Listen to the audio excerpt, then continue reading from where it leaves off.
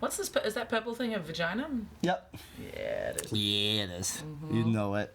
You've seen one. Nice. I mean, that steak is like, like waking up and doing a podcast, and it was like so funny. And then I sort of dipped. So now I will have to I'll revive myself. Bring back your energy. Fucking, and then do like a bunch of shows. Let's I guess you can put it. Yeah, I'll bring the mic. So I put it normally like between my legs, Okay, sort of like, and it's like a fun. Yeah, holds it. A fun. Yeah, tuck it in. Tuck it into my. Tuck it in. Let's do that, and then. Nice. Hello. Hi. Yeah. So anyway, so last night I'm going to Louis late show. I gotta do that. Yeah. Yeah.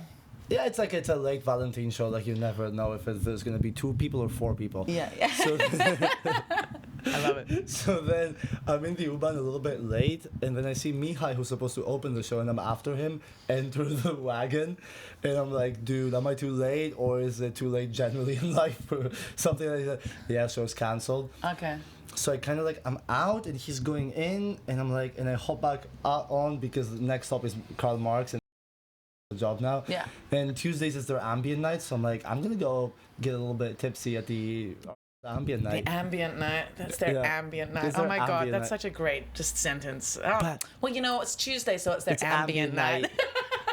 No, but it turns out it's legit. I had no idea because Mondays they're closed. So Monday, the guy who runs them spends the whole day redecorating the entire basement, adding couches and beds and plants, and it's like a movie set. Wow. And then Tuesdays, I do like. I love. I do like it. And even now that I got a job now that you work there, I'm gonna go there more often. And now that I work there, I like it more instead of the other way around. That's interesting because that doesn't often happen. Doesn't often happen, yeah. So I go there. Okay, this is wild. I don't know if I'll put it in, but so I go there, and so my friend who's sort of like one of the managers, but a manager is a weird word for me because in Greece, if you're a manager, you're but you have the keys, you're responsible for all the big decisions. But here it's there's 4 managers, which just means they have little anyway. Yeah. So I go there and I get a beer, and the manager is my friend is do you want a lot of cat? I'm like, it's ambient night. Yeah. I'll do Although Ket gets me a bit more excited than ambient. Really? Oh, Ket gets me excited, but we've talked a bit about our differences. Yeah. No, I mean, I can go anyway with Ket. Yeah, I can get really excited, but I can also really dip and enjoy the dip. Yeah, it all depends on the company, I guess. For me, if I'm by myself, then it's good music making stuff, and I can get very introspective. But usually if I'm with anybody, I'm bringing the party. If I'm I'm full energy. But I'm full energy often anyway. But yes, you are. Yeah. But anyway, so you were like, okay, ambient night, Ket, cool. Ket. Yeah. I mean, the other thing was I knew people there, but I wasn't with people. So it's okay, I'm not. Everyone's doing their own thing, and it's I have people if I want to talk. No responsibility to hang. It's my favorite. I love that. And then as I'm slowly getting to the Ket, then one of the other managers who really likes me as well, who I just met, goes did you talk to the other managers? Jesus Christ. We're talking 2 IC, 3 IC, 2.1 IC, 2.2 IC. Yeah, I feel like I'm in the military, sergeant. Yeah. And so she goes because they want to promote you to a manager. They're thinking of promoting you to a manager. So you can be 2.3, I see. Yes. And I'm I've done 4 shifts there. That's not a good sign, maybe. And there's 25 people working there. And they're because one of them is going to be gone a little bit in January, and we really need a person that can close them. And it's But also, you are someone that should be a manager anyway. You've got the experience, and they've clearly seen your capabilities. But it's funny to me that I randomly go there on a Tuesday, and the first 2 things they do is offer me ketamine and promote me. You could just meh out the name of the bar, and then it's fine. I think this is a great sign. And the thing is, if they have 25 staff, that means that business is banging.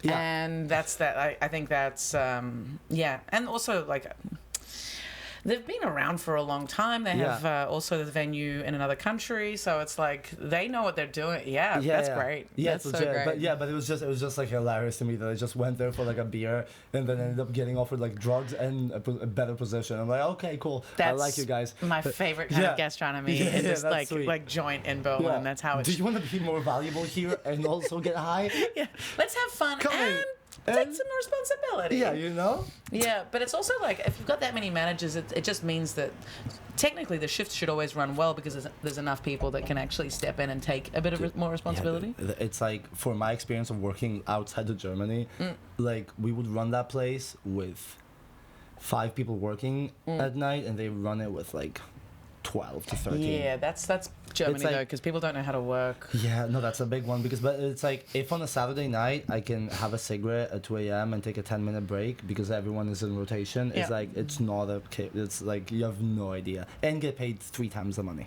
as in Greece. Yeah. But when I say 3 times, I mean like 3 exactly times 3. Wow.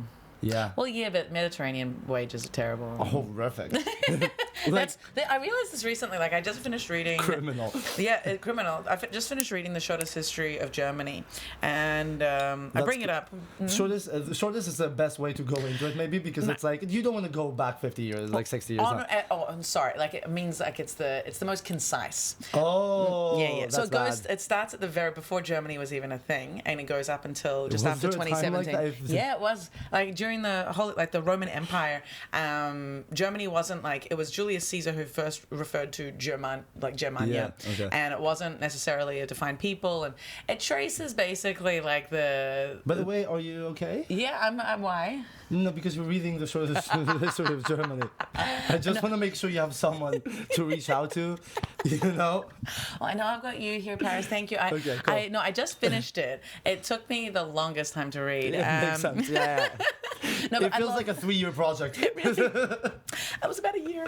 But I do thoroughly enjoy like a dry history novel, like not novel, a dry history book. There was nothing fictitious in it. Novel about it, yeah. But I get into that like it's like a different type of food for me, and I really enjoy it. But I bring it up because it sort of traces like obviously economics are a huge part of a country's history, and so I realized like the global financial crisis, it was roughly after that I decided that I was moving to Europe, and I hadn't realized how much people are always like, why did you move to Berlin? And I'm like, because it's where I feel like I could be me, and it's where I feel like I could expand and experiment. True, but also a big part of it subconsciously was the economy, and Italy was fucked. Like if I moved to Italy back then, like in 2000 and like I think it was like 10 or 11, we got like over 70,000 new people moving to Australia from Italy, and they were telling me, I remember like they were getting paid like €3 an hour in kitchens. Yeah, same in Greece. Yeah, and then when I visited Germany, and that was the time before like that made me decide to move to Europe, I also popped down to Sicily, and I was in Florence, and I was checking out which cities, and I remember in Sicily they were telling me just how grave the situation was, and I heard the same things around, you know, like Spain and Greece, and Greece was a different level, but German economy amazing, and that's definitely part of the reason why I moved here, because it's like I need to be able to live, I need to be able to support myself. You know that like it's been I've done 5 shifts there or something, and I cannot like already. I cannot imagine myself. Yes. There's one of those every 5 minutes. It's good. Yeah. I love Berlin. Yeah, especially Oranienstrasse for some reason is like they're hot. Like they love passing by here. Also, I lived on Hermannstrasse, and that one was not just ambulances but also Turkish weddings. So it's like beep, oh beep, no, beep, same. Beep, beep. What? What? Oranienstrasse, of course. Are you fucking mad? Yeah. Oh, I've never heard of that. What's that like? But no, it's like I'm already like 5 shifts in. I cannot imagine myself getting paid less, and I know that if I go back to Greece next summer, I'll be getting paid like less than half. Yeah. And it's what's gonna be the motivation to take you back to Greece? Just like family and Yeah, weather? It's I mean, it's like my mom has a place on an island, like a little bar there, so it's like also no, but we also already like talked about it that I'm not gonna do what I did this year where I just went and worked for 3 months. I'll go and like curate the nights, the music, Events manager. Yeah. Coordinator. So like I'll be the coordinator and play a little music and deal with a little people and arrange a little like fun things. But I'm not gonna be doing like shifts. I'll be doing like a couple of bar shifts, but like not this everyday 12 hours thing. Because it's like I don't want to do that, and also like I can spend 4 months away from Berlin again that way. No. Like I can spend 4 months away from Berlin easy, but it has to be that at least 2 or 3 of them are somehow creative, because this summer fucked me up. Like I left at my peak of like doing shows every day, working on films, doing projects, and then it was like 4 months of like, I guess I'll do a line as well. I have nothing going on right now in my life. It's scary. Yeah. I can't relate to that exactly, but like when I go to Australia, the last time I went to Australia, I determined I'm never okay, that sounds so dramatic, but like I don't want to go back to Australia unless I can really bring my solo show and really like produce a bunch of my own stuff and be there. Which she's doing, folks. AnnaBeros.com. I wish I haven't got AnnaBeros.com. I've got my link tree, which is AF Beros. Hey, AF Beros link tree. She's touring the fucking world, babes. Yeah, I'm bringing my solo to and my open mic Raw Dog to the Adelaide Fringe, and then I'm also bringing. I'm still in communication with a venue regarding the Melbourne International Comedy Festival. Right. They say that the registrations have closed, but I think that's for festival managed venues. Anyway, I'm a little bit stressed and figuring it out, but hopefully I'm bringing my stuff to Melbourne, which is my home city. If I don't get to bring my fucking solo to my home city for the comedy festival, I will be pissed. But I will also just like deal with it and use it for time for video editing and being with family if not. That was good. That was a lot of today's pent up energy in a rant. Dude, it's a bad day, but no idea. No, but also it's funny that like you're trying to like nail a venue in Melbourne, and then Berlin is like, ooh, also here some issues. Yeah. Oh, it's dude. Like, okay, so do we want to talk about it? Fuck it. It's just like the fucking playing the like you have some booked like dates every month, I guess. Yeah. But then this month it's the World Cup. Homophobic. Fuck yeah. Oh, I've accidentally booked my flights back to Australia for the Fringe Festival and Comedy Festival with Qatar Airlines. I didn't even think about it. Cut that out. Cut that out. Yeah. Qatar that out.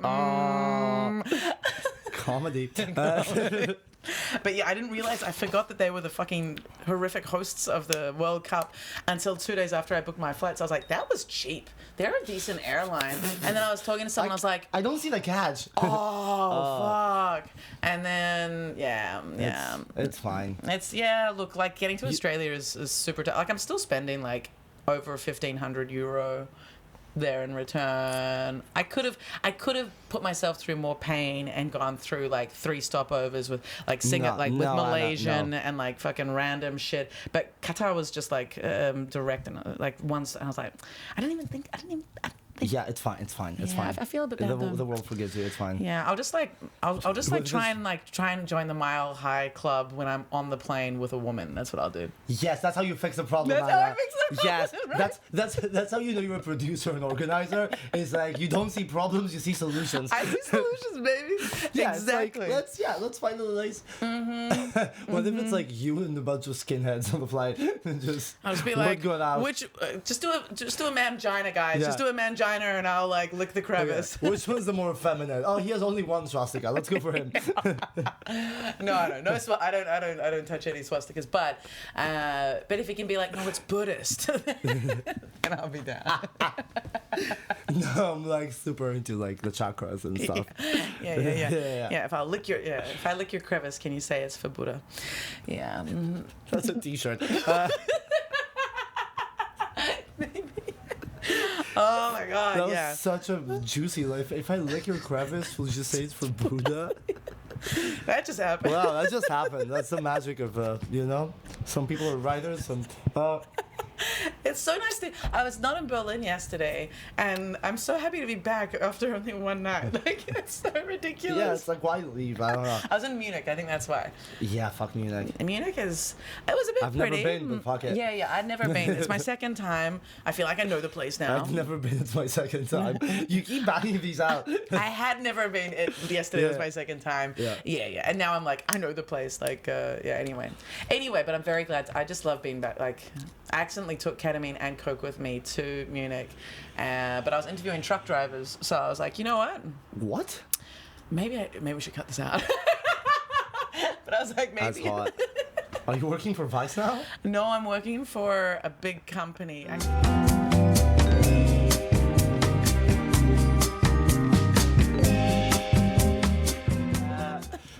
Okay. Also, welcome back on the Lazy Eye Podcast. We didn't do an intro. This is fucking Anna Beros, internationally acclaimed comedian and musician. Listen, the level of people I have on this podcast, you're like a celebrity. These fucking slouchy open micers. Slouchy open micers. That's a name for a show, right? Slouchy open micers, that's true. Yeah. For when we're 40 and we're still open micers, it's like we're the slouchy open micers. A round of applause for the slouchy open mic. It feels like the podcast where they're like, I came up with Bill Burr. Exactly. You're doing me on stage. It's like, I used to teach that guy comedy and now he has his own show. Yeah. He said, that's what she said. I was the first person to say that's what she said. I said what she said and then he said what she said, but I said it first. That's what she said. Nick's Comedy Stop from 1982.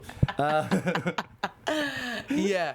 Okay, that's very flattering. Thank you. I'm very happy to be here. Honored to be here. Yeah, it was a difficult. The road to the Lazy Eye is not always smooth, but today was rough. But I'm in a good space. I really, when I was on the bus and like everything was, I wasn't supposed to catch a bus here. I was supposed to ride my bike, but like someone vandalized my bike to the point where I was paranoid that maybe someone's fucking with me.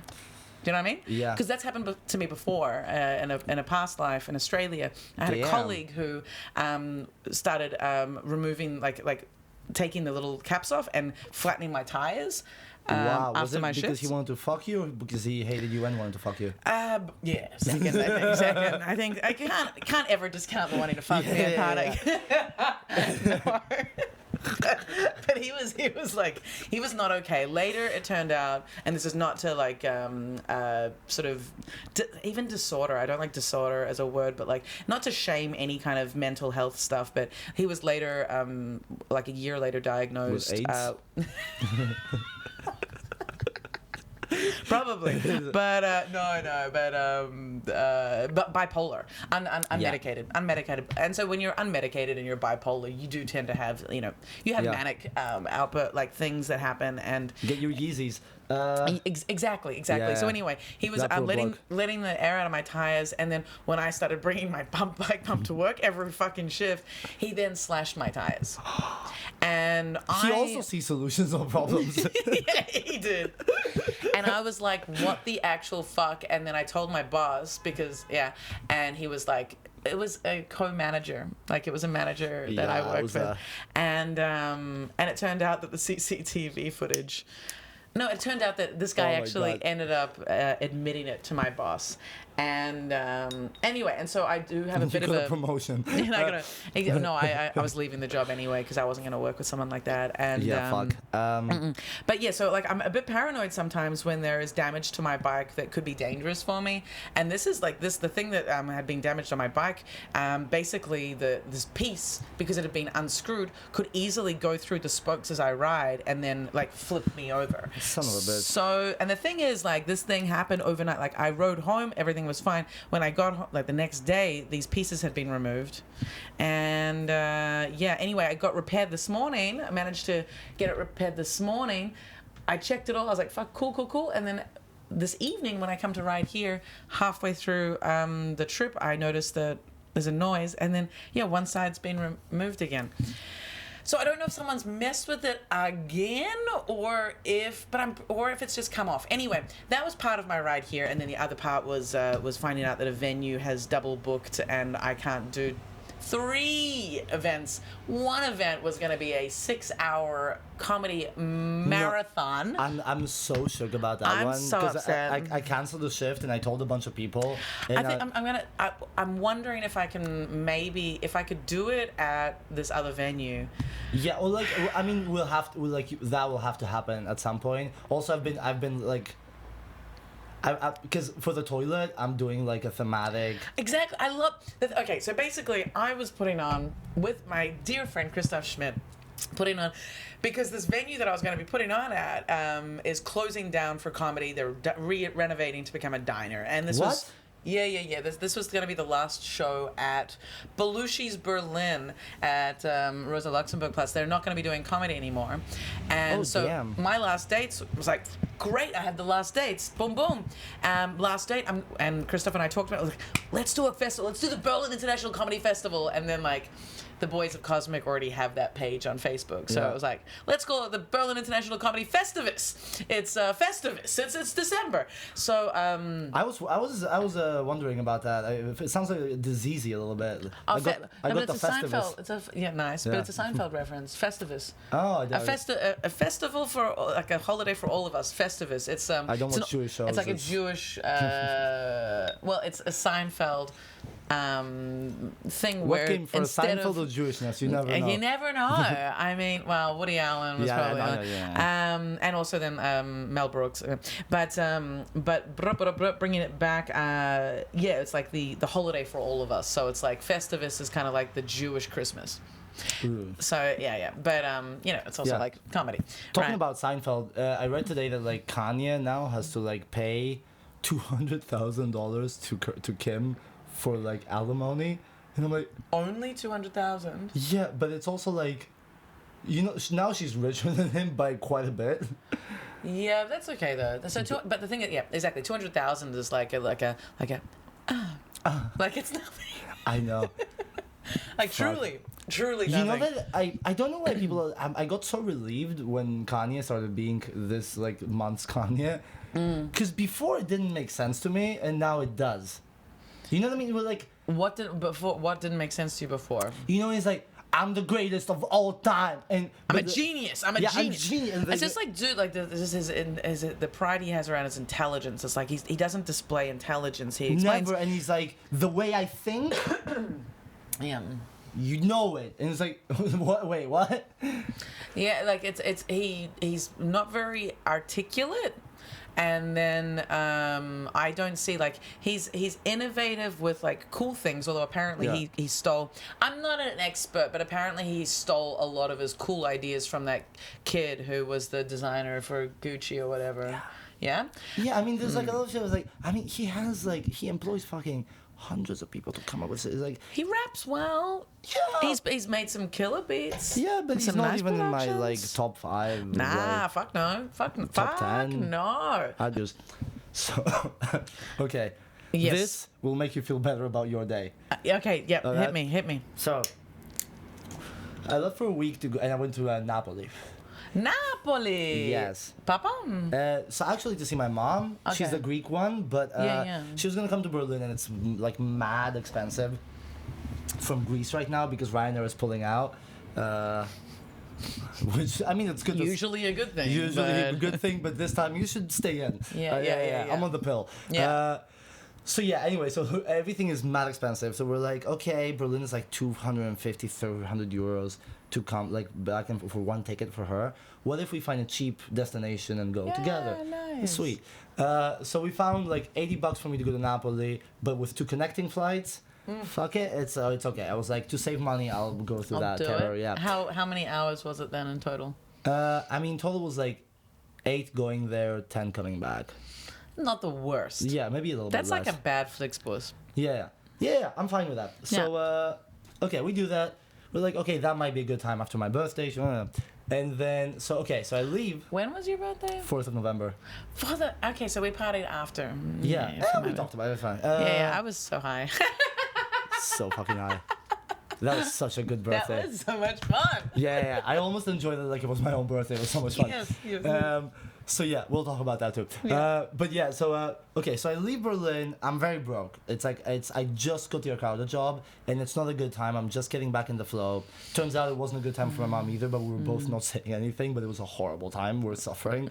Like, this is not a good time for a trip. Anyway, I'm like, okay, good energy. It's okay. I'm gonna get there. It's gonna be fun. Get on the first flight. I instantly fell asleep. It's horrendous how easily I can sleep in public, where like you can do a lot of stuff to me in public and I'll never wake up. That part's not good, but like ease of falling asleep, it's great. actually good. Yeah. So I get on the plane, I sleep, I open my eyes, it feels like a few hours have passed and we're on a runway. I'm like, fuck yeah, we landed. Amazing. And then they're like, we haven't taken off yet. No. And it's 2.5 hours later on the plane. Shit. And I've been sleeping the whole time. And then I realized like I love that you just fell asleep on the tarmac. Just haven't even gone up. Oh yeah. But you know, like I wake up sometimes during takeoff, like from the Yeah, exactly. and I open my eyes, I'm like, Yeah. And then I wake up again, either when we land or when they actually like go like, we're here. Wow. And the plane is empty. Or if I'm on the window seat, okay, I'll open my eyes and I'll be the last person on the plane and they're like, the bus is leaving. It's like, oh shit. Yeah, it's bad. Amazing. Yeah. Bill Cosby would have needed, would have loved me. That's not amazing. It's not amazing. That's not amazing. But helpful anyway, for some people, so yes. I get to Marseille, which is where my other flight leaves from, and I learn in Marseille that apparently Ryanair sells connecting flights in packages, but they're not connecting, meaning they won't wait for you. Okay. So I get there, and it's me, an Italian guy, Classic. and 3 Thai girls. This sounds like a party. But it's so funny because the Italian guy is like, how could they do this? They not talk to the other airplane. It's like a fucking cazzo. And then the Thai girls are like,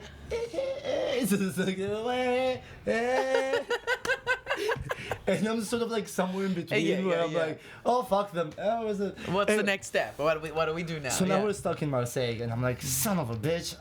And even worse, I'm broke as fuck. My phone for some reason was not connecting to the internet at all on my way to the airport. So Nothing makes me angrier than so I couldn't check in, and then I get to the airport, go to the free Wi-Fi, and they're like, check in closed 5 minutes ago. So I go to the Ryanair person, and I'm like, hey, my phone's broken, the app didn't work, I need to check in, and it's closed. Like, that would be 50 euros.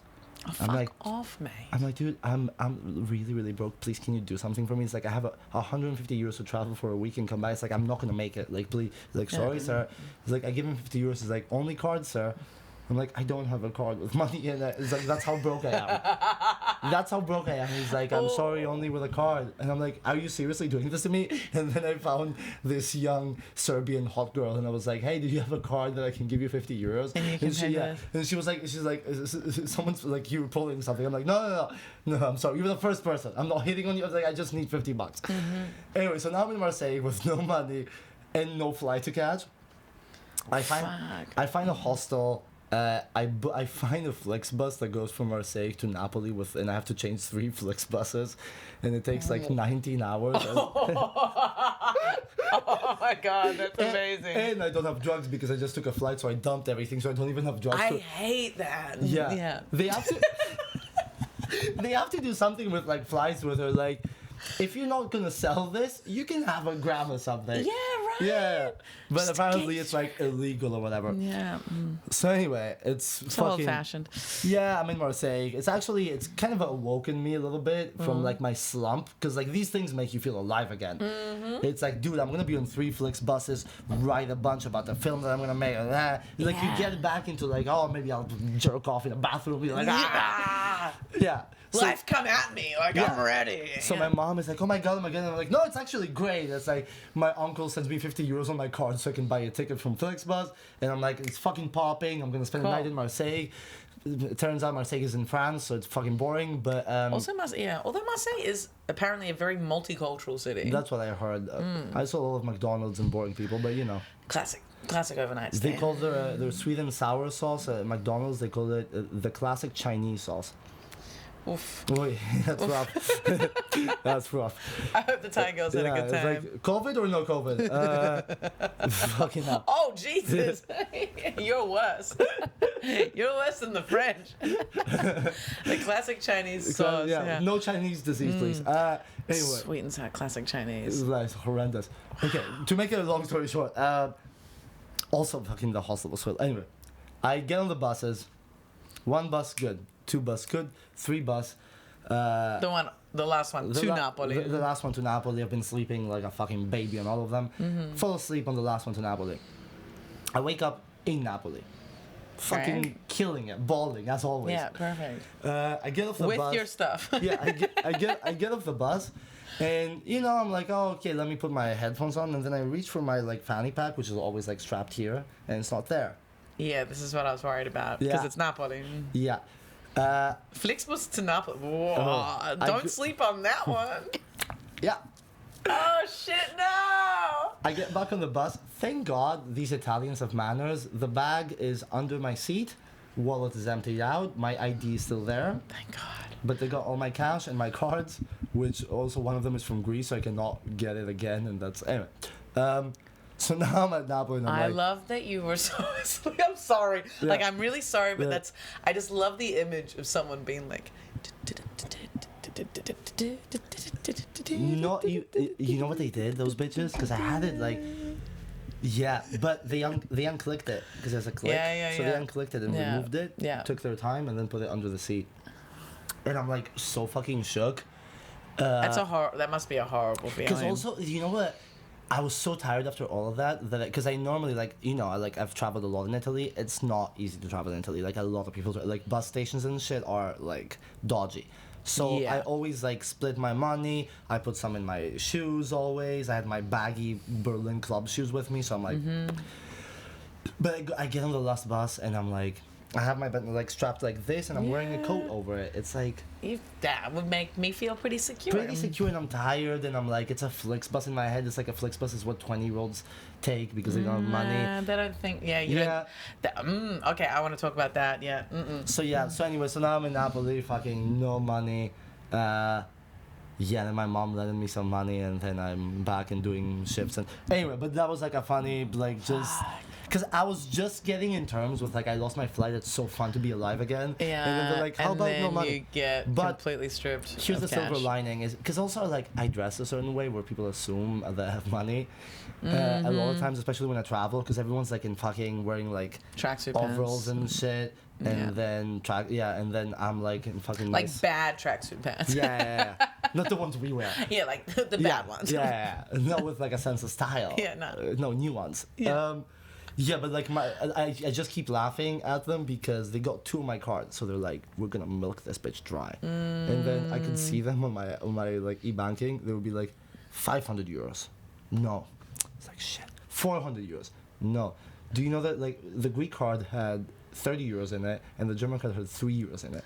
So in both cards they went from 500 at a time and they reached like 25 to reach the Greek one and then €2.50.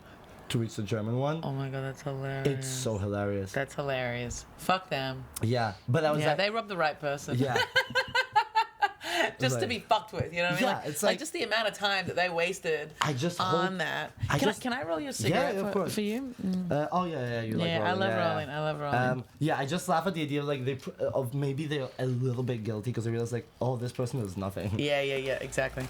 There they are. My Flixbus. So I think an announcement to everybody who has some kind of misconceptions around Flixbus being something that has any level of class or okayness. Yeah, I took the Flixbus to Hamburg recently for a show, and this dude looked a bit sketchy. It's a €14 ticket, right? Yeah. €14, which is like fucking great, but then it's like, okay, it's €14. Yeah, this dude within 15 minutes of being on the bus, he went to the bathroom. Yeah. That's okay. As he closes the door, when he comes back out, he didn't just do like a massive horrific shit. He also smoked a cigarette, and then the driver stops the bus, comes down. He's like, "You can't smoke in here. You can't." And he's like, "Sorry." It's like, dude, we've been on the road for like 20 minutes, and you couldn't fucking wait. Like, even longer. Like, Yeah. you could have let some other people use the toilet. So, and then I saw a person. To be fair, it sounds like something I would do. Would you really smoke on a bus toilet? No, but on a train toilet. On a train toilet, yeah, train toilet there's more distance, but a bus toilet, Yeah, no, it's train, like, because train come toilet on. has a window as well. Yeah, whereas a bus toilet is this horrific little thing anyway, and then it's like, we go he waited 20 minutes before doing it. It's like, we've got another 3 hours. Yeah, what the fuck, yeah. When we need to pee, none of us could end up using that space. It was horrible. Yeah, but no, it was actually fine. But it was just kind of like, and it's just funny watching everyone go to the bathroom, and like even like young people who are like in bad tracksuit pants and like whatever, going down and then coming back like can't use that toilet. Like that toilet is unusable. So it's like, it's not just the cigarette smoke, it's like cigarette smoke and some horrific dump. By the way, the combination of cigarette smell and shit smell is like my entire childhood. Is like I'm defined by that because my mom and my dad would go into the bathroom for a shit, always with a cigarette. Always with a cigarette. Always with a cigarette, which is also like something I do a lot. Not here because it's like I live with other people, but that's nice of you. When I'm alone or back in Greece, every shit I take is accompanied by a cigarette. Oh wow! Because there's something about like sitting on the toilet and like maybe putting like some music or watching some shit and then taking a shit and then smoking a cigarette. That's just so. There's something so peaceful about it, and then the combination. Luxurious. It's like it's always that combination of cigarettes. Like, but that's what it's incredibly distinctive though. Like shit and cigarette, it's like it's effervescent. There's something about it. That can be like the name of your first fragrance line. Shit and cigarettes. Yeah. Or maybe like shit and ciggies. No, that's too Aussie. Name of my specials. Yeah. Shits and cigarettes. Shits and cigarettes. Effervescent. Oh, but yeah, no, there's that thing of like I've had two houses in my life where or apartment. No, there were houses because it was in Australia where I have smoked on the toilet, and one house actually had an ashtray in the toilet built in. Like, that was part of the construction. It was one of the oldest houses I ever lived in. It was in Brighton, which is one of like the oldest suburbs in Melbourne, and it had a built-in ashtray. Like, there was the toilet roll dispenser, and then there was the ashtray on the other side. How did you go from that to like $30 for a pack of cigarettes? You were fun, like when you were Australia was fun. When you were fresh of prison, and they shipped you there. You were like fun. Now it's now you just can't smoke in Australia. Yeah, you can't even make fun of like the indigenous people. It's like crazy. I think that's when it was the fun times, actually. It's so much fun. You could just chase them around with a stick. I can't engage in that. It's just horrific. I know, because it's not good for you to engage. It's like no, beyond that, it's just like that's something that certain white Australians would talk about in like a non-ironic way. You know what I mean? Like, that's something. The video of the guy that's like, I fought 5 times and I lost 2 of them. I don't know the video. He's like an old fat Aussie, and he's talking into the camera, and he's like, I went out last night. I can't do the Aussie accent, but I went out last night. He's like, I fought 5 times and lost 2 of them, and he's like a little bit bashed, but he's like, I lost 2 of them, and then he's like, and then went home. Took it like it's like I'll show it to you afterwards. Iconic, embarrassing Australian. It's so iconic with the thickest like Australian accent. But just the phrase "I fought 5 times and lost 2 of them" is so good.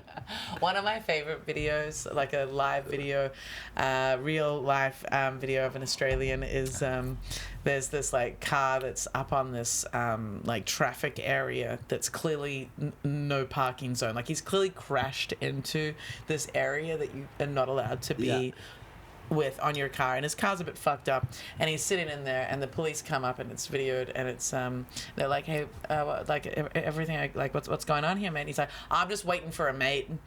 Like, that's his line. Like, he's clearly so wasted. Crashed into like a traffic island, and he's saying he's waiting for a friend. Yeah, I have an appointment with my accountant here. Yeah, just waiting for a mate. Just waiting for a mate. Yeah, I just wait, and like super dismissive, and like he's cool. It's like, dude, you like fucked your car up on some like median strip in the center of the road. What are you doing? I love the amount of chill that like Aussies have about being drunk, because it's like there's something about that culture that I love. It's just like so forward and like annoying at times, but it's like a TV show at all times. Yeah, I guess. I'm going back for Christmas and I'm super excited because I'm looking. As soon as I get there, I'll be like, I hate this and I hate this and I hate this. But there are so many elements that I do kind of miss of just the Aussie. Like, it's so different to German vibes, you know? It's so funny. I worked like two summers on an island in Greece that has like half of it is like Aussie populated. Because they bought a little land there because they go for like their winter, they go there. Shit, wow. So it's like every summer, it's like half of the businesses are Aussie run and Aussie staffed, obviously. So like half the island is like Australian. So it's also like my favorite thing is I have a lot of them on like Facebook and Instagram from like those summers, and the evolution of them is insane. Like, you know, some like most of them are just fucking lads that will post like a 30-minute ironic video of giving a review to a pencil in public. Yeah, that's beautiful. It's like they're just like fun all the time. Like one of them now did like all these fucking like uni scams, sort of like run programs about like self-empowerment and becoming a life coach, and it's not like she even did like she did a IG live with a guy that has Masculinity University plaque on the back, and apparently he's like a masculinity coach, and it's like, and she's like, oh yeah, and it's like it's all about like it's amazing. It's like all of them are characters in their own right. Yeah, wow. It's so fascinating to me because every other person, it's like, 3 years later than when we met, it's like, you just have like 5 cute pictures. And then it's like all the Aussies, you go to their profile and it's like extra. Life's fucking giving. Like shit is happening. Australians are crazy. Never predictable, always fun. Yeah. A lot of fun. There is a fun focus, I guess. Yeah. And maybe to the detriment of like the majority of the population where people don't necessarily develop themselves creatively or develop themselves too much. But that's not to say everyone's like that, but there is like, and that's part of the reason why I left is that I just felt like it was like if you want to strive and create and do different things, it's not super supported in the space and the culture, and it's not really. Whereas like in Berlin, you get here and it's like, like do whatever the fuck you want and like like try for different stuff and experiment with different stuff. Whereas Australia, it's like low key. It's like. Do whatever you want. Have fun, but probably like settle down, get a kid, get a house, get some good washing machine, beware of snakes, appliances. Make sure that fridge has got like an ice machine in the front. We want air conditioning, mate. Get your air conditioning unit installed. Get a couple of dogs, get some land. You want your own land. You want space. You don't want to share a wall with a neighbor. Like, it's this kind of mentality, which is not that far from kind of middle America. Yeah, it's not. It's just that people are more rowdy. Just more alcoholic, I'd say. Like Americans, U.S. citizens are typically much less alcohol focused than Australians. Yeah, because everything that we do as part of our lives, it's either a disease for them or like something they do once a month at a party. It's so funny that like everything that we casually do there, it's like there's a program to get you out of it. Yeah, right. Isn't it fascinating? Yeah, it's very much like, you've got a problem, and it's like, dude, I do some drugs occasionally, doesn't mean I'm an addict. Like, what the fuck? Yeah, it's like everyone has like, I did coke, so I had a coke problem. It's like, I drank alcohol, so I had an alcohol problem. You had a few crazy nights. That doesn't mean you're like a piece of trash. Like, but also like, when you hear their stories though, you're like, oh fuck, you did have a problem. Why? Yeah. Also. Because I think it's their culture is just like based on like either like overindulging or winning. It's like, we're doing alcohol tonight. I'm like winning this shit. It's it's like let's have a beer and talk. Jesus Christ. Yeah. The way a lot of Americans, U.S. citizens come and see like German bars, they're like, oh my god, I came to a bar and I saw 5 German men sitting drinking for 5 hours, but they were just sitting there talking. Yeah. And it's like, that can happen, dude. Yeah. That can happen. Like, it's, what do you mean? Like, no one pissed themselves. Yeah. But also like, no one assaulted anyone. But it's so funny. Yesterday at the ambient night, so it's like there were a bunch of people this time because there was also like a live act. So basically it's like a packed basement. Beautiful. So there's like 60 to 70 people because there's also more sitting area at the ambient night, so it's not everyone sitting up. And so all you hear is like ambient music and then like rough, like sort of like conversations, but just and then there were like 2 Americans and you can hear every word they're saying. It's amazing because like everyone else, and they weren't even the closest to us. We have 10 people closer than the Americans and we just hear, it just pierces through like. Yeah, and then you get to the Americans like, yeah, and then we had coffee, and then Jesus Christ. Yeah, and it's not just the tone; it's also like there's a thing that I think I've learned, but I don't know. Like I need other people, but I know that I'm loud, but I don't think I'm like US loud when I'm out. Like as in when I'm talking in a space where everyone else is talking at a certain level. No, I don't think I'm that much above, but I know that I have the tendency like to like all of a sudden like bruh, and it's like, oh, I didn't even mean that. Yeah, no, you came into the apartment and I was like, oh, open the door. It's like, hey, what the fuck is it? Okay, we're good. You're good. So, and that's the Australian, but I'm also just loud. Like I can be loud, but I can also like bring it down. But I recently went to Bali with Sophia, and I love Sophia, but like I could see people getting annoyed at her volume. She's from the US, and it was just like, this is like a peace spa sauna situation. I'm obsessed with like space, like specificity of like the space that you're in, because it's like. That's what like people think like I'm wild at times, and then people like meet me in other contexts and they're like, "What are you, like my mom?" Like chill, because here's the thing, it's like, oh, I'll be the wildest one in your bunch, but it's the context. It's like if we go to like a nice restaurant, it's like, no, you have to be like really nice to the waiting staff and also talk at a level where everyone can enjoy their night. Yes. If we go to like a spa, whatever, you have to be super chill about it. And then if we go to a concert, you better like pop that pussy. Exactly, right? Yeah. Like it's all about context. Yeah. So it's like I also like struggle a lot with people that have like one gear.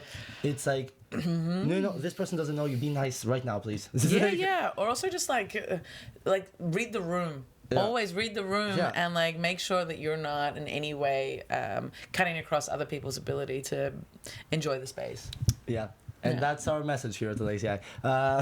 Yes. How are we doing for time? Okay, cool. Yeah, we're 6:30. We're good. Yeah, we're good. We can do like 20 more minutes or something. Sick. Nice. Okay, so now you have when are you leaving for the tour? The tour, okay, so the actual like fringe festivals in Australia, that's in March, April.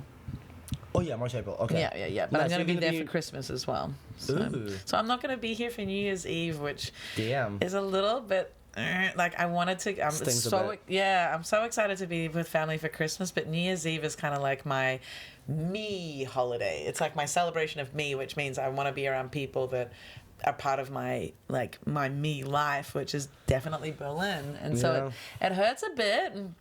But I have had the last, probably like the last 3 years here, so. So I'll figure it out. It's all right. I'll figure it out. It'll be okay. But like, I'm very excited to be back for Christmas. Yeah, I never like really had the we used to do family. Well, also my family was like really small. It was just my uncles and my grandma and my mom. So it's like I never had this sort of like Christmas. Like I actually rather be alone. Like I'm really big on seeing family, not like off season. Meaning like not off season. No. I mean off season. Like meaning like this whole like holidays, like Easter, like fucking Christmas and all that stuff. Like I never like Christmas in Berlin is my favorite fucking time because everyone chills the fuck out. A bunch of people leave. A lot of people leave. So fucking good. I do appreciate how chill it is at Christmas. Like I've really enjoyed the last 3 years of Christmas. Yeah, I'm 5th now. This is my 5th. It's like I 4 years in Berlin in a week. No, in 4 days. 4 celebrating 4 years, but because I moved 4th of December, it's gonna be like my 5th Christmas and New Year's here. Keeping it on I honestly like. I either want to travel alone, like go to a fucking random place by myself, or be in Berlin and like really, because every year, like around that time is when I really hone in my shit and focus. Yes. It's like end of November, December, every year, I'm really like, really hustling. So it's like, it's my least favorite thing to disrupt that. So I'm just going to be like, Yeah. Started a new project where I'm like, fuck, I haven't been this excited, I think, ever in my life to start a project. Oh, that's like exciting. I'm already like, I have to like not jinx it, but like this one I think is gonna be like a proper one. Oh, are we talking film stuff or? Yeah, it's like a short film, and I'm like in the script now. But it's you know when like you're in art circles and you always like you have ideas like every week and you talk about a bunch of shit and everyone's like fuck yeah, but then you have like that one idea that like makes people stop and turn. Yeah. Like so, I told my two most like the most strict people I know where they don't get excited by anything because they stopped what they were doing and we talked about it for 4 hours. Oh la la. So it's like, oh, that's exciting. Congratulations. Yeah, it's one of those. I'm like, don't rush it, take your time, but it's like this one feels like it's an opportunity as well to like really get something with this. Yeah. So so I think this is gonna be my Christmas. Oh fuck yeah. I'm super pumped for you. I'm excited to hear about it. Yeah, I'll tell you off the air. Yeah, for sure. Off the air. Look off at the us. air. Very cool. Yeah, so I'm like, finally after getting robbed and struggling, coming back from Greece, being all, and like I had a beard up until yesterday. I did like the facial hair. Yeah, you know what I did is like it started getting very like long and weird. So I'm like, I'm gonna trim and try and get a little bit of like the under mustache and the under nose and stuff. But it's like I've never had a beard in my entire life, so I don't know how to do this shit. Yeah. So then it started tilting and being weird and missing and blah blah, to the point that it was like bad, and I'm like, fuck it, I'll shave it off. Before I shaved it all off, I left the mustache just to see what it's like. Dude, it's fun. Yeah, you should. You shouldn't do anything in particular. But like, I am so like that's the one thing that I really am jealous about with the as a woman or as a it's like just facial hair on men. That's so much fun. Like it changes your whole look. Like it it's really so does. Cool. And the other the thing I love about like stylistically about being a man is that because everything has been so boring, everything you do is kind of interesting. Whether like if you're a woman, there's been so many things. So it's like it's very so many points of accessorizing. And it's like we've been through everything. But like with men, it's like you wear a little bit of makeup, or you wear something different, or you like some facial hair, or you change your hair, and no one like expects it because it's such a boring area to work. It's such a deviation from what's expected. Yeah, so like that's actually like a fun part of like you can just fuck around with everything and everything's interesting. So yeah, I fuck with that. Yeah. But no, did you take photos of you with a mustache? No, I forgot. And all my friends were asking. It'll come back. Yeah, it'll come back. And that's the great thing. It'll come back. Honestly, yeah, it just takes like fucking 10 days, Jesus. Yeah, it doesn't take long at all. I'm jealous. I'm like thinking of what I'm going to do. I'm growing my hair out for the last time before. I'm going to keep it growing until I'm like 40. And then, wow, Anna, Jesus. Wow. Yeah, that hit hard when I said that. Yeah. Woof. Yeah, that's like, it's another like, over like almost 4 years. But the idea is like, if I do cut it short in the next couple of years, I don't see myself growing it out long and keep, my plan is at 40, I think I'm going to go blonde or a bit before it. Because the grays are building up. Dude, and actually, like fringe blonde bob. Like okay, like blonde, also with this lipstick and those eyes. Bitch, you're gonna be like this hot, like Eastern European, like bimbo. Yes. Fuck. Okay. You're losing it. It's amazing. Settle down. Okay. Pink outfit. Pink lipstick. Yes. Blonde hair. And those fucking eyes. I'm gonna take you out and we're gonna like fuck up like a couple of scenes in Berlin. Yes. Shit. Yes, I'm really excited about going blonde. Like I bought a blonde wig when I was in my 20s. I always wanted to have blonde hair, but I could never justify the damage it causes to the hair and like the upkeep and the money. And so I've refused to dye my hair for all of my life. I feel the same about homosexuality. The upkeep, yeah, the damage it does to my body. The damage it does to my body. It's like, dude, I want to a lot of times, but like I gotta, take it easy. Hasn't stopped me. Yeah, microdosing. Exactly. Microdosing on homosexuality. On homosexuality. Just a little bit. But That's another name for a special. That is actually microdosing on homosexuality. I like it. I kind of need to. No, I don't kind of. I really need to pee. Yeah, go Can I go pee? Yeah. This is not a... And then let's talk The about. Lazy Eye podcast is chill, dude. Love that shit. Yeah, or like like- you don't find that in many places outside of Berlin. I feel. No. Like these very alternative choices for living. Like that's Honestly, so cool. and all my friends are like, you know, like I mean, we're all kind of wasted right now, but it's like, if I'm like that at Sing Sing or something, I'll be so happy. It's Totally like, right. Well, yeah, we're all gonna be him, but it's Yeah. fine. we're all gonna be him. We just hope to find her. Yeah, but I always said I want to be like him. I never said. Yeah, exactly. It's just my friends are like lately are having these like life crises, like they're delusional, and they think they're gonna eat quinoa for the rest of their life. I never want to eat quinoa. Yeah. Just don't do it to me, please. No. I'm not gonna. I don't know. Like, I go through cycles for sure, but yeah, nah. I really like. I don't know. I really have thought a lot about my drug consumption, and you know, like I just really enjoy it, and I don't think it's problematic, and Yeah. it's like. It's not stopping me from doing anything, and so long as I do it in a way that removes it as like a conversation point in my brain that causes me stress of will I or won't I, it's like I know when I like to do it, I know when I don't want to do it. I can see that it's not interfering with my my goals. I'm 100% the and same. It's increasing my joy. It never stresses me out because like here's the thing, it's part of like a sort of like relatability comedy thing where like sometimes like we'll reference it every time, but it's like I talk about it way more than I do it.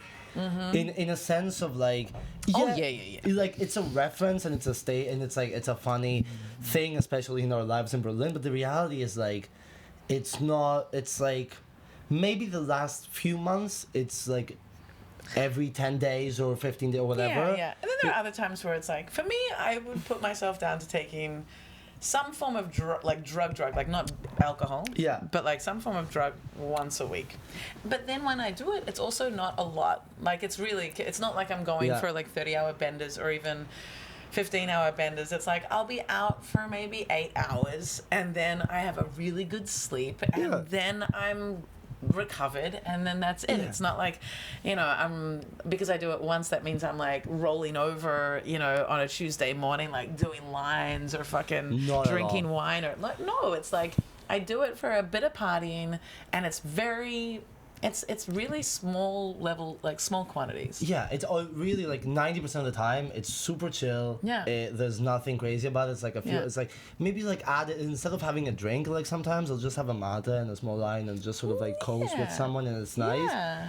And it's like okay, once every 2 months will we get really fucked up and go wild? Yeah, it's part of but it's like normally it's like maybe I'll just substitute alcohol, and like lately I've been like not drinking almost at all. Like I have these like day drinking sessions where maybe no, but it's like I don't like when I go out now, like I'll have like a beer, maybe like a mate afterwards. I'm becoming like a sort of like I think if there's chemicals involved, I do try to reduce the alcohol because they don't combine that well. Like, but it'll be like every second drink will be an alcohol. Like it'll be a small beer. If I do chemistry nowadays, I don't do any alcohol. I'm gonna refer to it as that. That's smart. I like that.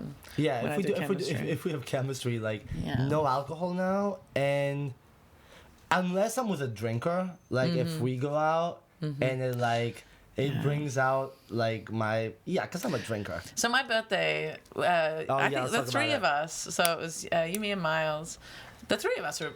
But we're like drinkers and chemists, and it was that was so much fun. And I was being the voice of reason.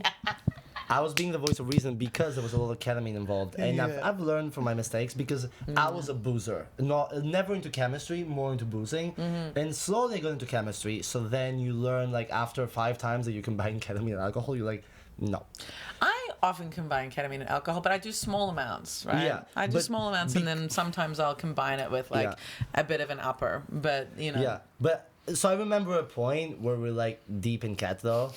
We're deep, like like I can feel it, and when I can feel it, because I felt like from between us at that moment I had higher tolerance in ket. Yeah. And I was starting to feel it quite intensely, and you were feeling it when I wasn't for quite a while. So I'm like, And then Miles was like, I'll get you a shot. Yeah. And I'm like, I was like, I wanted lemonade. I remember ordering lemonade at the last bar. Yeah, because I was like, I was on your ear. And I did like a locker room motivational speech. In the toilet. So Miles is ordering shots, and you're like, okay. And then I'm in your ear, and you're like, Anna, listen, we're like vibing. It's like super nice. It's like, we don't need to like, we're actually like at this really nice state. It's like, why don't we get like something refreshing, Don't you feel like don't you feel like something refreshing would be like really nice for a change to sort of like hydrate? And so I was like really trying because Miles is a lost cause. Oh no, Miles, absolutely. And the thing is, like, on a night like that, at that point, if someone's like shots, I'm like, okay. Yeah. And so I do appreciate that. But I remember me ordering the lemonade, and this woman behind the bar was just like, what? Yeah. It's like she'd never had anyone order. Yeah, because Heiner's is a Coke place. No, this wasn't Heiner's. This was at Bierbaum. Oh, at Bierbaum, yeah. That is the diviest fucking place. Like, I haven't been in there for years, and the last time I was in there, I was with like. Because Ket normally doesn't take you there. Like operas take you to Bierbaum. But it's the place that you end up on a Wednesday night. You do, yeah. I know. It's a Wednesday night kind of vibe. God bless Berlin. You know what? I'm such a big fan of going out on like a Wednesday or Thursday night. Fridays and Saturdays are just like, ugh. Like as soon as I hit a place and I'm like, I'm not queuing. Like, I don't want to queue. I don't want to deal with all of these people. I want to only be hanging out with the people that don't go out on Fridays and Saturdays. Well, my number one night of going out historically was Monday. Yeah. Because especially in Athens, it was this thing where like everyone was like, the only people that were out on Mondays were like the regulars. Gastronomy crew. And everyone that got off, in every hour there was a new crew that got off work. So it's like first it was the restaurants, then it was the chill bars, day bars, then it was the mid-level bars where they close at like 2 or 3, and then it was the 5 a.m. bar. So like Monday had this thing where like we all went from like 10 to 10 in the morning. Yeah. It's like I would chill on the weekends, work and not do much. And then Mondays, there's this bar in Athens that like sort of closes around like between 9 a.m. and 12 and noon. Yeah. And it's very inconspicuous, but it fucking like keeps going. And that place also like would play like 60s Greek film music. Oh, yes. The Philharmonic, then the Smiths, then the Stones, then the Philharmonic again. Oh my God, yes. Then David Bowie, then a Greek song, and it was like. I want to go to. I need to go. I need to plan this year, 2023. Yeah. I'm coming. This summer got crazy, but I really want to go there. You know what? I mean, Athens is getting a little bit lamer and lamer, but here's what I'll say. I'm going to be spending my summers on that Greek island, which is a fucking blessing on earth. Like, that island is basically, it's one of the busiest places you've ever seen for a month, and one of the most relaxing places in the world for the rest of them. So it's like August is panic, but in a fun way, because the whole island shifts in like, there's almost like this clock of like, during the day everyone's like swimming, sleeping, resting, having some food, and then we're by the beach, so we do like the afternoon parties and stuff, so it's like you can't really see the sunset because but you can see the sunrise, which is beautiful. And in August you get the moon rising at like 9-10, which is crazy in front of the sea. So we do the afternoons, and it's fun as fuck.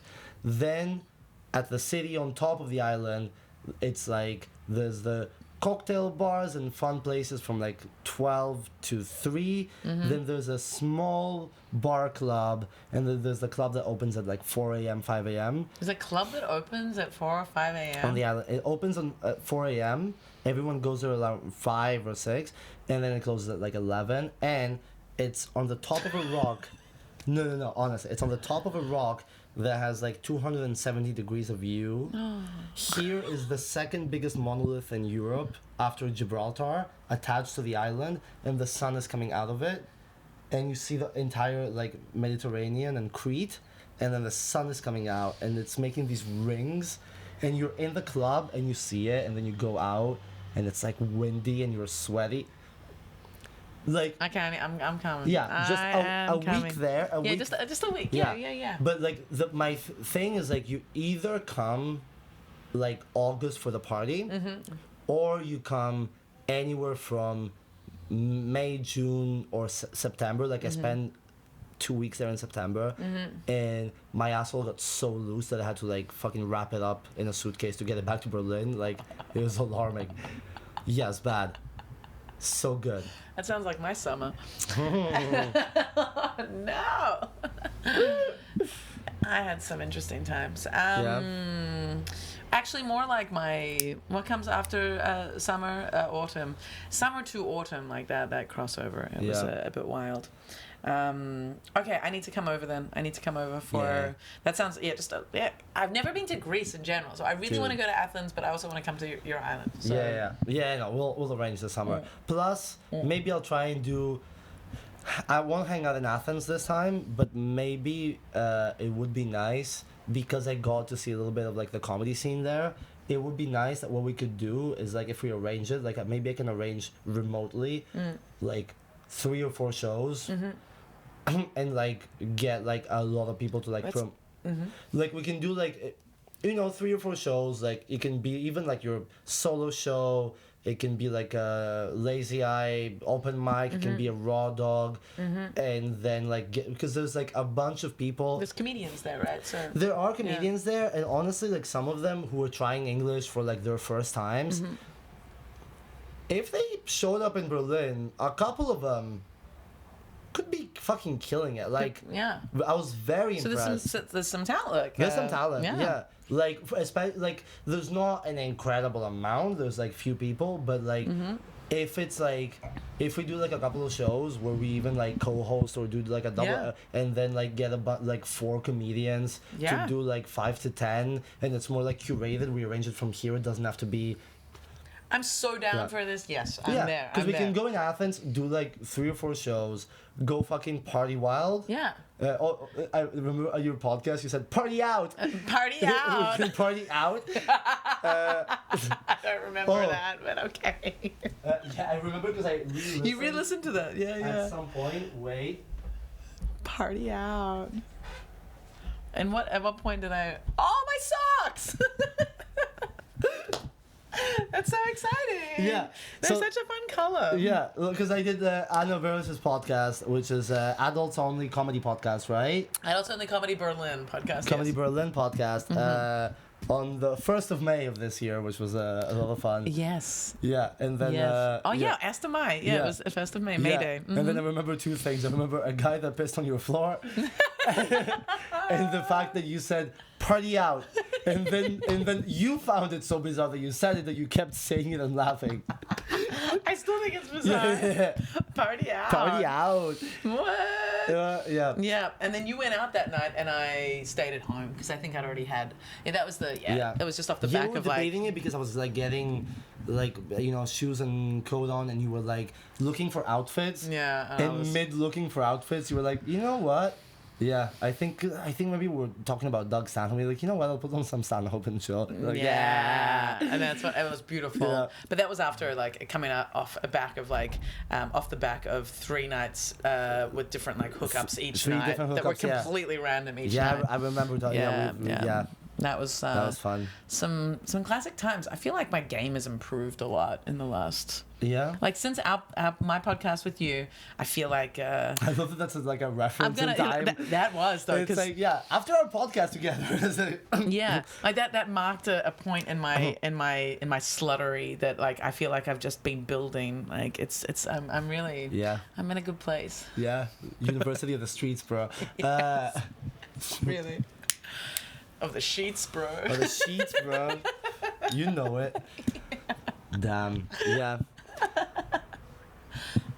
Cheers, babe. Yeah, I'm glad. Yeah, I'm in a very like good mood of like after just like I've really had a slump like the last 2 months, but now I'm in a sort of like let's go to Athens and do 3 or 4 shows, and I go to the island, and there I'll do this movie, and I'm in a very like get it done. 2 podcasts today, 3 shows, we're fucking killing it. Yes.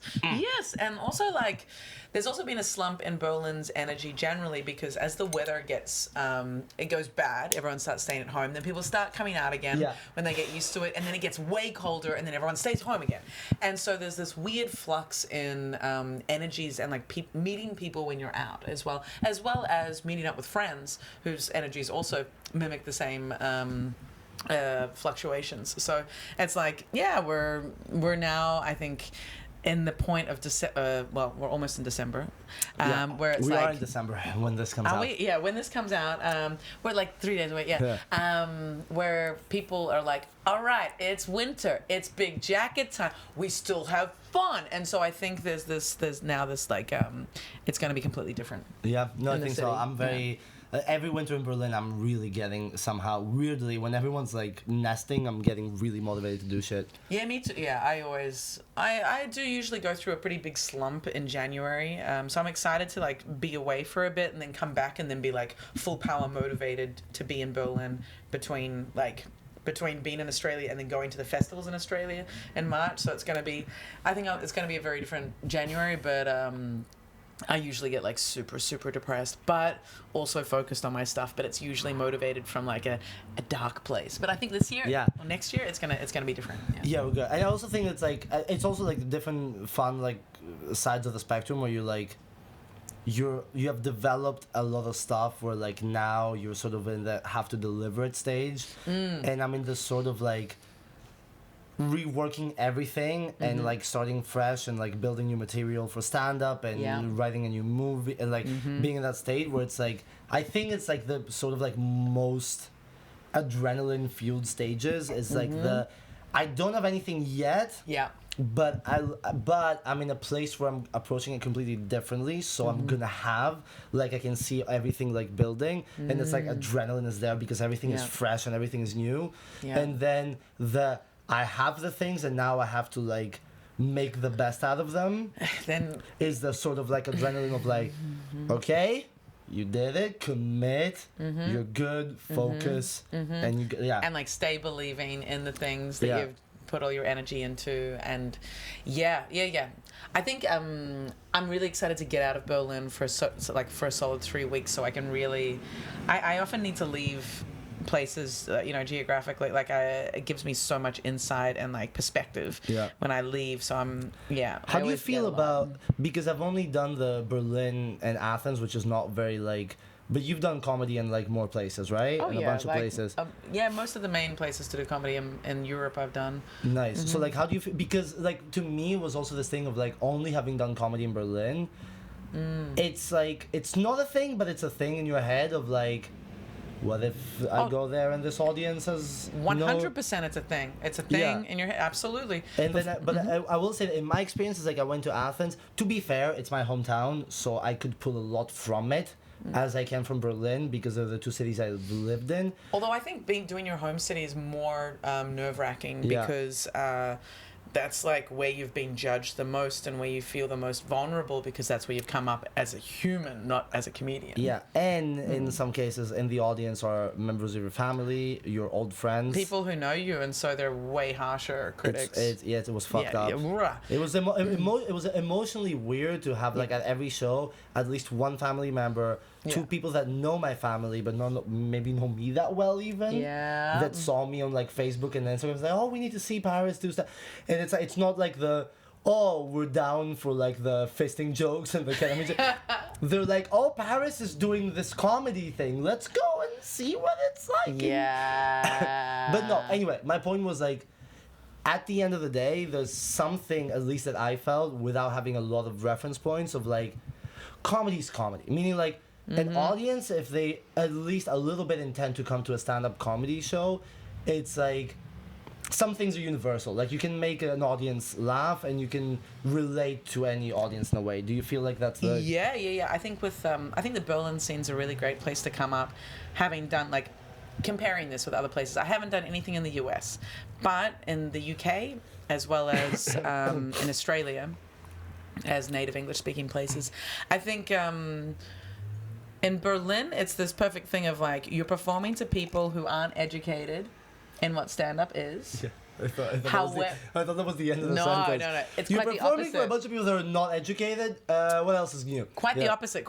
So compared to the UK Australia and I'd say a lot of the US, you're performing to an educated audience. That's in the very sense true. that they have They all either PhDs. yeah, that they've either had to learn English as a second language already, big, like massive, way more work put in, and culture and blah blah blah, or they've left their home country as a native speaker and they've moved somewhere else and have assimilated and dealt with all of that. So Berlin's audiences are these educated audiences from like a very, like the baseline is already quite educated, and then not educated necessarily in the form of stand-up, so they have a different, so they're often just listening in an analytical like state. They don't know that, oh, they're there to have fun, you know? It's oh, this comedy thing, let's see if it's funny. So it's like you're performing to this audience that doesn't even know the culture of like laughing at silly things, all the ways humor can exist,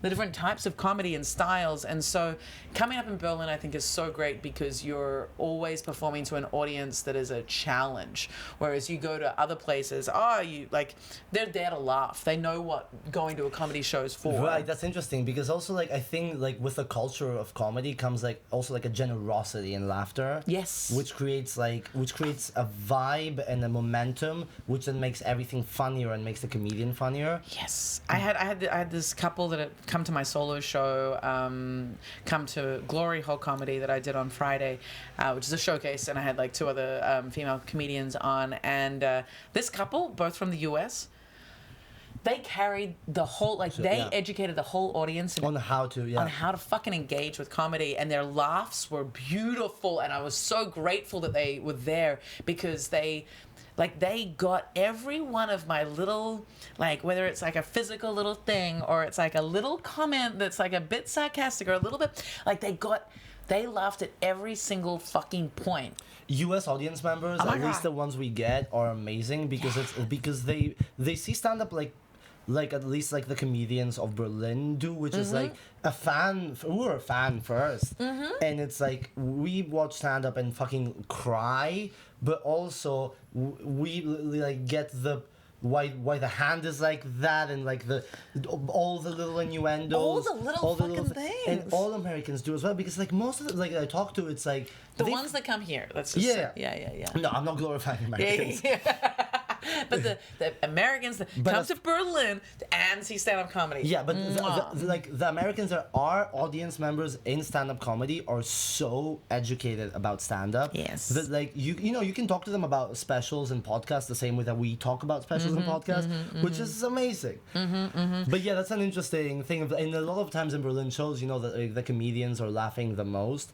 Yes. And then sometimes what the audience doesn't get, like I've had friends at the show where they're like chill and they're like, and they talk about like the comedians laughing so much, and they're like, here's the thing, I'm at some shows and I don't laugh at all because I'm also in my head, and like a lot of times we'll be in a bunch of shows and we're not present in the other person's set because you can't always be. You can't always but be. But when we are, it's like there's something about stand-up where like, I laugh at the premise, like maybe like someone didn't deliver the joke very well, right? Sure. But like sometimes like just the premise gets me because I think of the premise and I see the potential or the ideas, and it's like it's just a fun environment where like we're not doing it as a, it's very natural. That's what, because sometimes like people get weirded out when like the whole room is a little bit like stagnant and then the back is like dying. It's a little bit weird. Yeah, I was trying to think of an analogy, but like I feel like people who are educated in comedy and like so comedians in Berlin shows, for example, it's almost it's almost like in a sport where like you score a goal but only your teammates are celebrating and the stadium is chill. A little bit it's like that, or like weirdly my first thought, I need to think of it a bit more, but is like those dog bowls that are like kind of like where's this going? Yeah, I know, right? Wow, the comedian's analogy. Bear with us. Dog bowls? Dog bowls. So like a bowl for a dog, like a dog's food and it's made so that it's not, the dog can't just eat it all quickly. It has to like get the food out from the different little parts. So it's like a little labyrinth of food. And the thing is, a comedian or an educated audience member of comedy sees that food in the dog bowl and is excited to get it all out, whereas a non-educated comedy viewer is looking at it like, why can't I eat? Oh, what's the thing saying? Wait, do we have more? Yeah, okay. Yeah, so the non-educated comedy viewer is just looking at the bowl like, I ate the surface, but like, what? There's still stuff I can't get. I can't get it. It kind of worked, you know. It kind of worked, Anna. Kind of works as an analogy, but like we're excited to to get all the little bits out of each little part, whereas a non-comedy viewer is just looking at it like, I think I'm done. You know? I should have closed stronger than this, but thank you guys, you're great. That's how I closed it. That's how I closed my set yesterday, because I got so lost in like a really funny, because I only had the premise, and like we started getting a little bit like silly with the crowd about it, because it was like a little bit ridiculous. And then I get the light, and then I don't know how to close the story, so I close with something, and then it's actually like falls flat after everyone really laughing. I hate where that. you think you can one up it, but you don't have anything, so you don't have a final punchline, but you're like, I think I got this. And then the audience like actually falls flat because they've laughed at it enough that you can't get another one. You can't squeeze it more. And then so everyone's gonna like, and I'm like, sorry guys, I should have ended closer. If you acknowledge that you were going well before and then you leave there, that often gets the last final I saved laugh. it because there was also ketamine involved at some point, because it was about a murder with ketamine. Murder with ketamine? Yeah, there was this maybe I don't know. I'm workshopping this bit, which I did once in Athens as just a topical hosting thing. The biggest story this summer in Greece, but when I mean big, I mean like 4 months on the news, prime time. Yeah. Was about this mother who evidently, nothing is figured out exactly about this case, but 4 of her children died in the hospital from a ketamine overdose. So all that is like, she went to jail. There was this thing of like she was conspiring. How do you die from? How much ketamine do you need to have an overdose to die? I can show you the amount. No, I have no idea. But they were children. So like small doses, but she's giving her children ketamine, but like okay. No, but she wasn't like trying to give them a little bit. Like I think the whole thing is like she was trying to murder them. Yeah, okay. Yeah. So there's this whole story which was but it was the whole summer. It's horrific. Yeah. It's a horrific. So I'm like, this but to use why are you using such a lovely drug to kill someone? Exactly. Like, don't hurt ketamine. That's why. Fuck your children. Just save ketamine. Isn't it a great bit? Exactly. So the bit that I was trying was like, just like really banking on how like just getting the audience really sad on this mother, because also like I tried to do this like, apparently like if you get to 4 they're like start investigating like if you get to 4 deaths, it's like 2 kids dying is like fine, but like after 2 is like they're gonna start like looking into shit. That it's sort of like that guy that gets struck by lightning like 8 times, and they're like, okay dude, like are you wearing some sort of device, like what's happening? Are you attracting this? It's like, is it the tinfoil hat? What is it? And then so like the thing I'm trying is this like, you know, this whole sort of thing of like, you know, the news were like, how could she do this to her child? It's like, how could a mother do this to her child? And I was watching this whole summer and I'm like, how did she find the ketamine? I've been here for a month and there's nothing. Right? I'm so glad this loops back around, because I was just wondering, like, how accessible is ketamine? No, you cannot find ketamine in Athens unless it's people that bring it from Berlin, actually. So it's like there's no ketamine in Athens, and I was looking. But surely, I've seen that in Germany or Berlin there was a study around ketamine being used as an antidepressant. Is it potentially available medically at a pharmaceutical level? That's why the whole thing was, because it was hospital administered. Boom. Like so there was. Can we open the Guinness? Is that cool? Yeah. Sorry, I'm thirsty today. Yeah, girl. I got you. This and I'm going to need to leave. Oops. I know. This is what this podcast is about. You know, we're wrapping this up, gossiping for 10 minutes and heading off to shows. Yeah, and I've got this German shirt. Ooh. Sorry, and then hot people are messaging me. Wow. Distracted. Sorry. I need to see how I get to this show. That's the thing. Oh my God! Look at this. I've got to go to Charlottenburg. Oh, that is delicious. Well, Charlottenburg German show. Yeah, I got to go to fucking Charlottenburg. It's at a new venue too, which. Yeah, we need to get to Charlottenburg. These bitches have money and they'll pay. But can they do English shows? I think they just expect German shows, right? I will talk to the owner. But honestly, I don't want to produce any show in an area that takes me 45 minutes to get to. No, I run a show in Lichtenberg, and that alone is problematic for me because it just takes so much time. Lichtenberg, Jesus Christ. It doesn't take so much time to get there, but I have to print posters and send them, and then it's just like... It becomes this stress for me, and also attracting audience in Lichtenberg is another thing that's not that easy. But we do need to get our shit over to the West. Yes. Okay. Anna Beros. I always go everyone in Berlin because of the goes Beros, where it's like Beros, right? I love that everyone. Isn't it funny that everyone calls me Beros? It's really funny, but that's what it stuck with me because I would never do that. It's like I see your name and it's obviously Beros. But it does. It originally, like when my great grandfather migrated to New Zealand, it is Beros. Okay, nice. And I think that's what people reference. But it is funny that so many people call me Anna Beros. Like, yeah. There's something. I love it. Honestly, if you go blonde as well, Beros. Anna Beros. Anna Beros. Anna Beros. Yeah, right. Nice. So I'm so excited about going. We didn't finish the me going blonde conversation. Oh yeah, we didn't. No. We'll do a. We can. Yeah, maybe we'll be Anna's podcast, or we'll be the Lazy Eye podcast again. But I think it will look great. Oh. So yeah, I have this blonde wig, which I will bring out at a show at some point. I'll pop it out. I'll pop it out. Oh, look at this dessert. Right. Cheers. Hey. Oh, like right. Oh, like a pudding. Yeah, but like that's the thing is like some people like do the bottle that they've done. It's like no, the bottle is carbonated. It's not Guinness. It's like a stout. This is Guinness because it has the bowl. Because it has the bowl in it. Yeah. We know what we're doing. Yeah, it has all the minerals inside that you need. Exactly. Metallic things. Who needs okay, dinner? everybody. Fun day. Did 2 podcasts this day. But what am I saying? I partied out. The other day I said I likes on stage. The audience were full of Ukrainians. So burst out laughing. I asked him, do you likes this thing? I asked him, do you likes this? And he says. I'm not Jojo He says. So fun. I likes that not. This was fun. Lazy Eye podcast. Click, comment, like, upload, subscribe, disengage, engage, forget. I like that. I should use that in my fuck web this. series. Yeah, I don't like scripts. I hate scripts. Anyway, keep it afloat and don't get a boat. Because that's environmentally unsustainable. And don't fly Qatar Airways. Yeah, I'm sorry. Yeah, it's okay. We forgive you. And find me on AF Beros on Instagram and Adults Only Comedy Berlin on everything.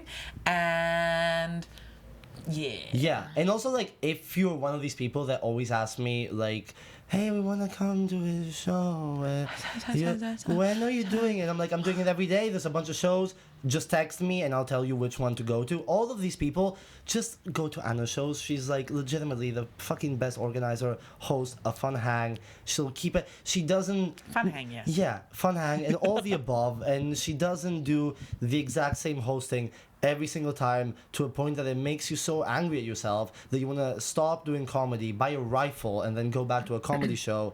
And I'm sorry. That got violent. But, that got really violent. Yeah. I do tend to, just like this is not a nice tight wrapping up part, but like with my hosting, I do tend to just do crowd work and I chat with you guys and bring the audience together, and then hopefully I get time to do a set within the actual show. So and in a way that's not like when you go to like a comedy show as an audience, a lot of people and they go like I hope they don't like, but like Anna doesn't do it in this way of like just a dude going like, hey, what do you do? No, it's like so fun and like it brings everyone together and it's like so funny and there's like we'll have fun together and you'll feel part of the show. Yeah, and come party out at Anna's show. That's the okay. Fuck yeah. I can never end these podcasts.